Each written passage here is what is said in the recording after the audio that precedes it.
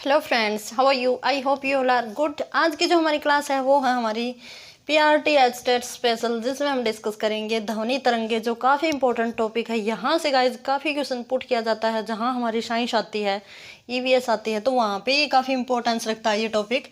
तो इसके डिस्कस के लिए चलते हैं, आइए मेरे साथ। ध्वनि तरंगे क्या हैं? आप सबसे पहले आपको पता होना चाहिए कि ध्वनि क्या है और तरंगे क्या हैं। तो जो हम सुनते हैं किसी भी प्रकार का, चाहे वो कंपन हो या फिर किसी की आवाज़ हो, खटकने की आवाज़ हो या फिर चलने की आवाज़ हो या फिर बोलने की आवाज़ हो, कोई भी जो साउंड होती है ना, तो वो हमारी क्या होती है? ध्वनि होती है, मोर्फिम होती है, ध्वनि होती है। और तरंगे क्या होते हैं? जो मोशन होता है, जो ध्वनि का साउंड का जो मोशन होता है, वेव साउंड मोशन होता है, वही हमारा क्या होता है? ध्वनि तरंगे होते हैं। तो अब हम डिटेल में इसको डिस्कस करेंगे कि कैसे हमारे एग्जाम में क्वेश्चन पुट किए जाते हैं जो ध्वनि से रिलेटेड, और कैसे उनका हमें आंसर देना चाहिए। तो वो सब बातों के लिए मेरे साथ बने रहिए।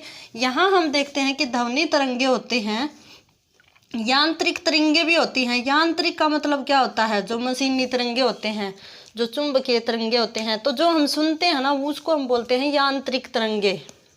एक होता है विद्युत, मीन्स जो बिजली से बनी जो तरंगे होती हैं और चुंबक से बनी तरंगे होती हैं। लेकिन हम जो तरंगे सुन पाते हैं, जो हम बात करते हैं या फिर किसी भी शोर को सुनते हैं, तो वो हमारा क्या होता है? यांत्रिक तरंगे होती हैं वो।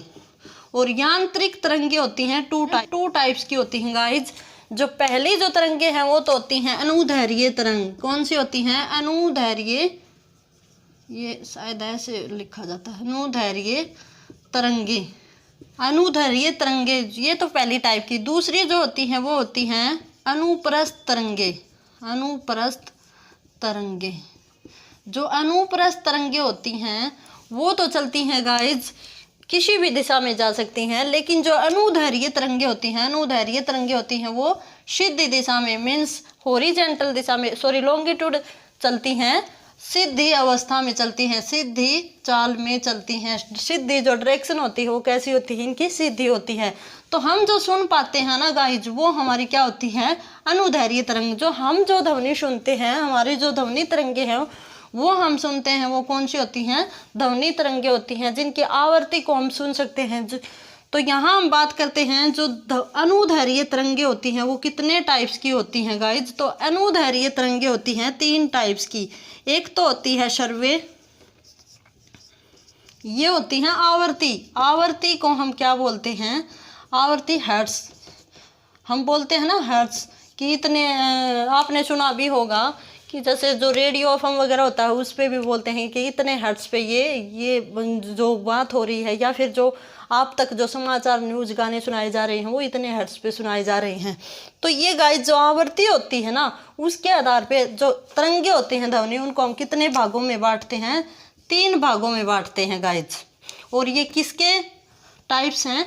अनुदैर्घ्य तरंगों के। ठीक है। तो सर्वे होती है ना, वो होती हैं 20 से लेके 20,000 तक होती हैं हर्ट्ज पे। तो जो मनुष्य होता है ना, वो 20 से लेकर 20,000 तक हर्ट्ज की आवाज़ सुन सकता है, इससे कम भी नहीं सुन सकता। यही क्वेश्चन आया था हमारे एग्जाम में कि मनुष्य है वो कितने हर्ट्ज तक की आवाज़ को सुन सकता है, शोर को सुन सकता है। तो 20 से लेकर 20,000 तक के हर्ट्ज, वो मीन्स आवृत्ति को मनुष्य सुन सकता है। और 20 से कम होती है वो क्या होती है? असर्वे तरंगे। असर्वे तरंगे कौन सी होती हैं? जो 20 से कम होती हैं। क्या होती हैं? 20 से कम होती हैं। और तीसरी जो टाइप है वो है प्रासर्वे। प्रासर्वे प्रासर्वे तरंगे वो होती हैं जो 20,000 हर्ट्ज से क्या होती हैं? ज़्यादा होती हैं। 20,000 हर्ट्ज से क्या होती हैं? ज़्यादा होती हैं। इन्हें हम नहीं सुन सकते। जो मनुष्य है वो क्या सुन सकता है? 20 से लेकर 20,000 हर्ट्ज तक ही सुन सकता है। 20 से कम मनुष्य नहीं सुन सकता, कोई भी नहीं सुन सकता। तीसरी बात मैंने बताई प्रासर्वे तरंगे। प्रासर्वे तरंगे वे होती हैं जो 20,000 हर्ट्ज से ज़्यादा होती हैं। जिन्हें कौन सुन सकता है? कई जानवर होते हैं, जैसे चमगादड़ सुन सकता है, कुत्ता सुन सकता है, और मापी जा सकते हैं। तो उन तरंगों को क्या कहते हैं? प्रासर्वे तरंग कहते हैं। जो हम नहीं सुन सकते, कई जानवर सुन पाते हैं। तो वो होती हैं प्रासर्वीय तरंगे। अब हम बात करते हैं प्रासर्वीय तरंगों का यूज किया जाता है हमारे साइंस में, काफ़ी यूज किया जाता है साइंस में प्रासर्वीय तरंगों का। कहाँ कहाँ यूज किया जाता है, जैसे हम देखते हैं कि समुद्र की गहराई में अगर कोई चीज़ पड़ी हुई है तो उसको चेक करने के लिए यंत्र की सहायता से प्रासर्वीय तरंगों को वहाँ भेजकर उनका पता लगाया जाता है। ठीक है गाइज, तो साइंस में यूज होता है हमारे प्रासर्वीय तरंगों का जो एक यंत्र होता है सोनार समथिंग SONAR के नाम से, तो उसकी मदद से समुद्र में गहराई में पड़ी हुई किसी चीज़ का अनुमान लगाने के लिए प्रासर्वीय तरंगों का यूज किया जाता है। फिर सेकंड नंबर पे हम बात करें तो इलाज में भी, मनुष्य के इलाज में भी प्रासर्वीय तरंगों का यूज किया जाता है। तो ये बात हुई हमारी प्रासर्वीय तरंगों की। तो आई थिंक गाइज एक क्वेश्चन तो यहीं से बन जाएगा आपका कि अनुदैर्घ्य तरंगे हैं वो कितने टाइप्स की होती हैं। तो एक टाइप और भी है वैसे तो, अति प्रासर्वीय, जो 20,000 मेगावाट हर्ट्ज से भी ज़्यादा होता है। ठीक है, तो वहाँ से भी ज़्यादा होता है, उसको हम अति प्रासर्वीय भी बोलते हैं। तो यहाँ हम मेनली डिस्कस करते हैं तो 3 ही टाइप रहती हैं, सर्वे, असर्वे और प्रासर्वे तरंगे। तो आई थिंक गाइज आपको यहाँ तक क्लियर हो गया होगा। यहाँ से क्वेश्चन बनते हैं तरंग क्या होती हैं, यांत्रिक तरंगे कौन सी हैं और आवर्ती के आधार पर तरंगे कितनी हैं। तो ये क्वेश्चन बनते हैं हमारे ध्वनि के क्वेश्चन के। अब आगे चलते हैं हम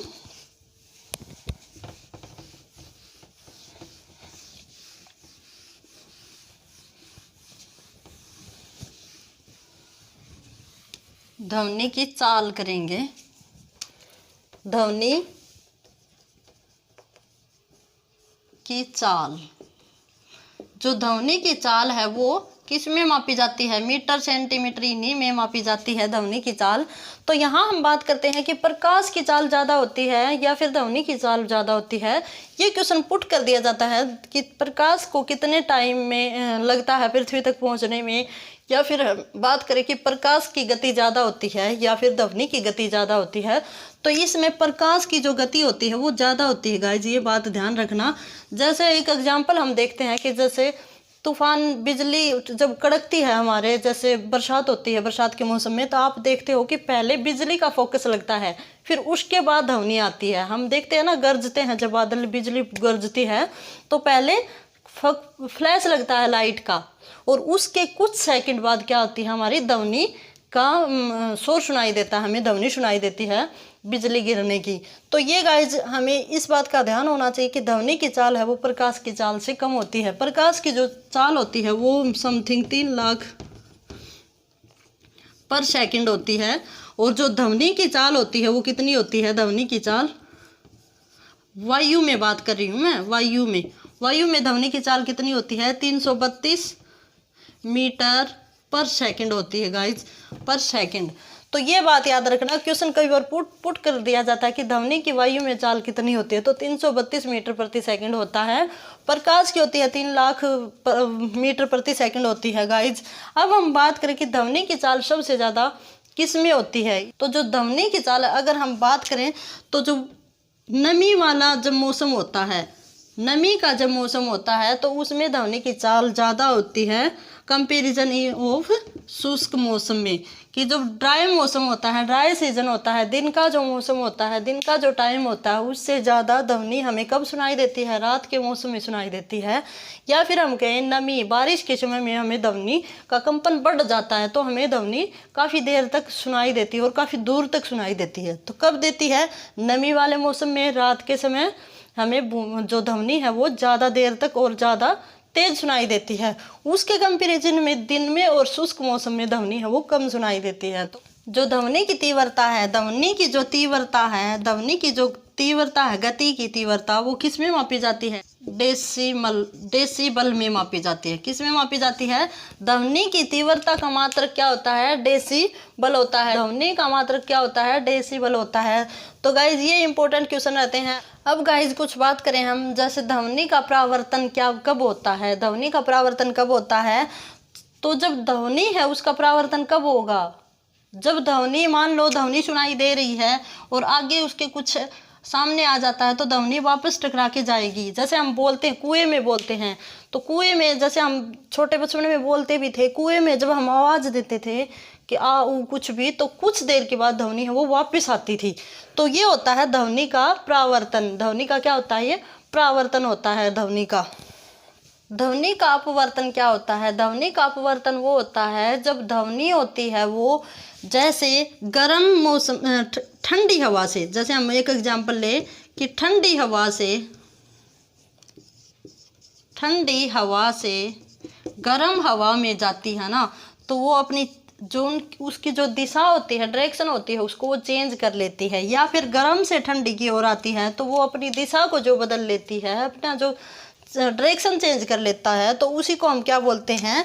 अपवर्तन बोलते हैं। ध्वनि का अपवर्तन बोलते हैं। तो गाइज ये इंपॉर्टेंट बातें थी ध्वनि के चैप्टर से लेके, जो काफ़ी इंपॉर्टेंट थी आपके लिए, और यहाँ से क्वेश्चन आने की 100% संभावना है आपके एचटेट में, और आई थिंक आपके लिए हेल्पफुल रहेगा। इसी के साथ हम जो अलग अलग टॉपिक हैं उनको भी करेंगे 1 बाय 1 जैसे ही हमारा टाइम लगता है। और मैं चाहती हूँ कि मैं आपको थोड़े बहुत, ज़्यादा नहीं तो 10-15 क्लास तो ईवीएस की भी दूँ। और इसी के साथ have a good day, best of luck for your HTET exam.